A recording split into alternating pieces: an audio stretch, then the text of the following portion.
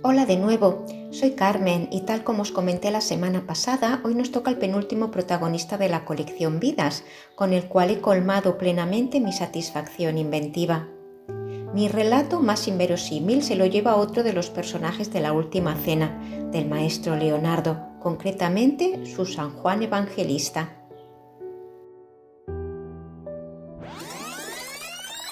Antes de empezar, dejadme que haga un pequeño inciso. Siempre indago en la vida de nuestro protagonista para poder aportaros cualquier primicia que pudiera haber ocurrido a lo largo de estos años que hace que he escrito mi libro. Y resulta que me he dado cuenta de que he cometido un error a la hora de atribuir el boceto de San Juan a Leonardo. Por lo visto, es una copia de su San Juan que pudo haber realizado Giovanni Antonio Boltraffio, uno de los más dotados discípulos milaneses de Leonardo, que estuvo a su cargo entre 1491 y 1498, época en la que el famoso fresco fue realizado. Estoy convencida de que es un fiel reflejo al que fue el San Juan original de Leonardo, aunque hoy día luzca tan deteriorado. Cuando la mirada se esconde camuflada, desde el momento en el que este rostro entró en contacto con mis pupilas, que he dudado de su género. ¿Un caballero en esa sutil postura? ¿Un varón debajo de esos melancólicos rasgos? Es cierto que se ha especulado mucho sobre el rostro afeminado de este discípulo. Se dice que Leonardo lo quiso pintar joven y bello y que no sería la primera vez que utilizara una musa femenina, captando de ella ese misterioso halo de beldad con el que dotar de dulzura a una faz varonil. Pero a mí no me cuadra el leve ademán de su cabeza, resultante de la situación plasmada en el fresco, que no es otra que la de uno de vosotros me traicionará. Demasiado femenino ese gesto de tristeza contenida, implorante de piedad. Una recreación que ha tenido a mi mente tan inmersa en la trama de su relato que debo confesar que esta misteriosa damisela, resurgida de mis inexpertas manos, ella sola se ha ido pincelando. Os presento a Caterina, con quien me he tomado la libertad de fantasear quién pudo ser esta preciosa doncella. Pues parece ser que no existe boceto preparatorio de San Juan, como yo creía, pero este hallazgo, esta errata que he tenido en mi libro y que subsanaré, la verdad es que me ha dado mucha alegría, porque todavía favorece mucho más mi tesis de quién pudiera ser esta mujer. Ya sabéis que todos mis relatos son pura ficción y no creo estar cometiendo ninguna imprudencia, pero es que la historia de hoy, la de Caterina, es muy especial. Y quiero dejar bien claro que toda semejanza con la realidad es pura coincidencia. De lo único que podemos estar seguros es que la identidad de San Juan solo la conoce el maestro Leonardo. Pero aquí estoy yo para rematar esta faceta cuenta historias y en esta penúltima intervención mía contaros la historia más asombrosa de todas. ¿Empezamos? El rostro de nuestra protagonista de hoy, teniendo en cuenta que es una copia del original del maestro, pudiera haber sido importante en la vida de Leonardo, ya que he encontrado similitud tanto en sus rasgos como en su dócil postura con la Virgen de las Rocas en sus dos versiones. Imágenes, las tres, de las que no se tiene boceto preparatorio alguno, y eso me ha hecho pensar en que esta fisonomía salió directamente de la mente del maestro. En ellas existe una clara evolución temporal, como podemos ver en la imagen de la primera versión de la Virgen de las Rocas, que luce como más jovencita, pero es que transcurrieron 12 años hasta que Leonardo la volvió a pincelar, o una imagen bastante similar en su San Juan Evangelista. Con Lucrecia, la protagonista de la semana pasada, quise dejar constancia del cariño de un hijo por su madre adoptiva. En esta ocasión, planteo desmembrar quién pudo ser esa misteriosa mujer que dio vida a San Juan, llegando hasta el fondo del corazón de un Leonardo resignado, robándole sus sentimientos más íntimos. ¿Recordáis que os he contado que Leonardo nació de una tal Caterina? Pues sobre ella se barajan dos identidades. La primera la sitúa en una pequeña aldea, a unos poquitos kilómetros de Florencia, donde muy humildemente vivió con su abuela, una joven campesina de 15 años que se quedó encinta de un apuesto abogado de 25. La segunda habla de una esclava árabe de Oriente Medio que fue cedida a Serpiero en 1451 junto a una propiedad, dándole un hijo unos meses después. Por aquellas fechas, el joven Tenorio contraía nupcias con su primera esposa, una joven heredera de la nobleza, Albiera di Giovanni Amodori, una joven de 16 años que por lo visto tardó mucho en quedarse embarazada, concretamente 12 años, y por desgracia falleció en ese parto junto al bebé. Pero no tardó en volver a casarse Serpiero, esta vez con otra joven heredera, Francesca di Ser Giuliano Lanfredini, otra joven que por lo visto tardó mucho en también quedar embarazada. En este caso fueron 11 años y resulta que también falleció en ese primer parto. 23 años los transcurridos en estos dos enlaces con 0 descendientes. Este fue el hilo conductor que me hizo pensar en el motivo de ese cambio de tutelaje que tuvo Leonardo con tan solo 5 añitos. Recordemos que su padre no conseguía descendencia alguna, hecho que cambió en sus 2 matrimonios posteriores. Margarita di Francesco di Jacobo, su tercera esposa, le dio 6 hijos y Lucrezia Guglielmo Cortisiani, la cuarta y última esposa, le dio otros 6. En total fueron 10 varones y 2 hembras.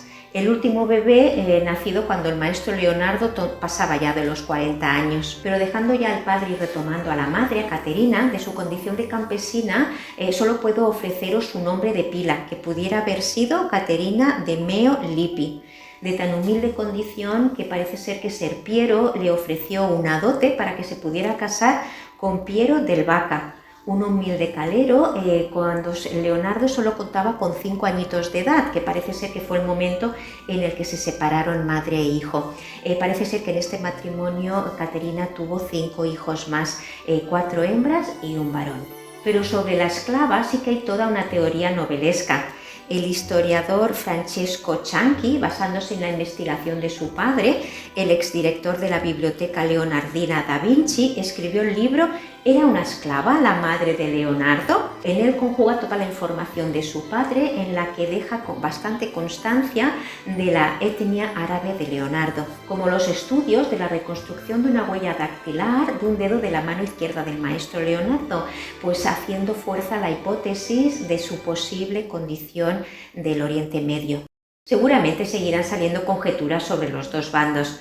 A mí personalmente me da igual si esclava o campesina. Lo que sí me sucedió mientras la recreaba fue como la visualización de unos flashes en las que vi a una mujer valiente luchando por los derechos de su hijo bastardo.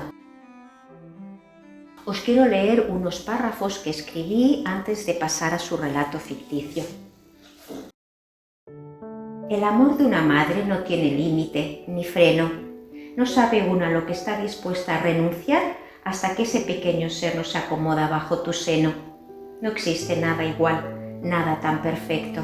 Si como madre algo he aprendido es que son lo primero. Los parimos dándoles todo lo que somos y sufrimos cuando sufren ellos. Nacer en la pobreza o esclavitud no depara un buen porvenir. Nadie en su sano juicio quiere la penuria para los suyos, pero la vida continúa y el tesón para superar obstáculos se manifiesta.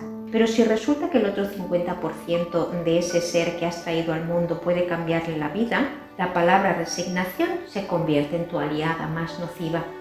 No puede existir mayor dolor que el de tener que separar de ti a un pequeño de 5 años que no entiende tu decisión, que seguramente marcha para siempre de tu lado, culpándote de su abandono, llorando sin saber qué ha hecho de malo. Pero esa madre debía saber, debía intuir que su sufrimiento era necesario, pues ese paso iba a transformar a su pequeño Leonardo en el gran hombre en el que se convirtió.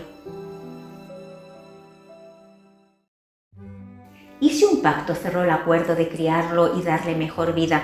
Recordemos que Ser Piero no conseguía tener descendencia, pero si esto hubiera sido verdad, como hombre de su época, seguro que hubiera impuesto su criterio.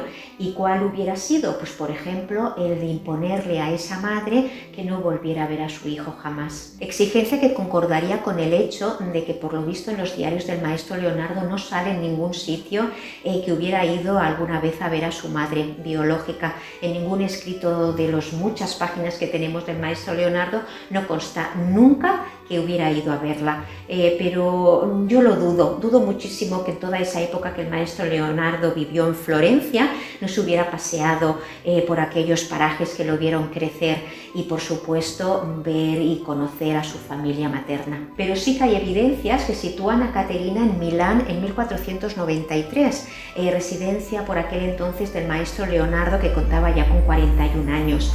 Al fallecer su marido, Piera del Vaca, Caterina puso rumbo, por lo visto, al que sería su último destino. Caterina vino a Milán para quedarse. Es el primer escrito que tenemos del maestro Leonardo en su diario que habla sobre ella. Está fechado del 16 de julio de ese año. Parece ser que siempre habló de ella como sirvienta, nunca como madre. 6 meses disfrutaron de sus compañías. Posiblemente ya partió de Florencia enferma de malaria y el 29 de enero de 1494 Leonardo apuntó en su diario los gastos del entierro de una tal Caterina de Florencia. Falleció con 58 años al lado de su querido Leonardo y, según mi hipótesis, habiendo cumplido parte de su trato, ese que ella alteró muchos años atrás para sus adentros, el de no volver a ver nunca más a su hijo, pero hasta ese momento en el que le pudiera ofrecer todo su amor junto a su último suspiro.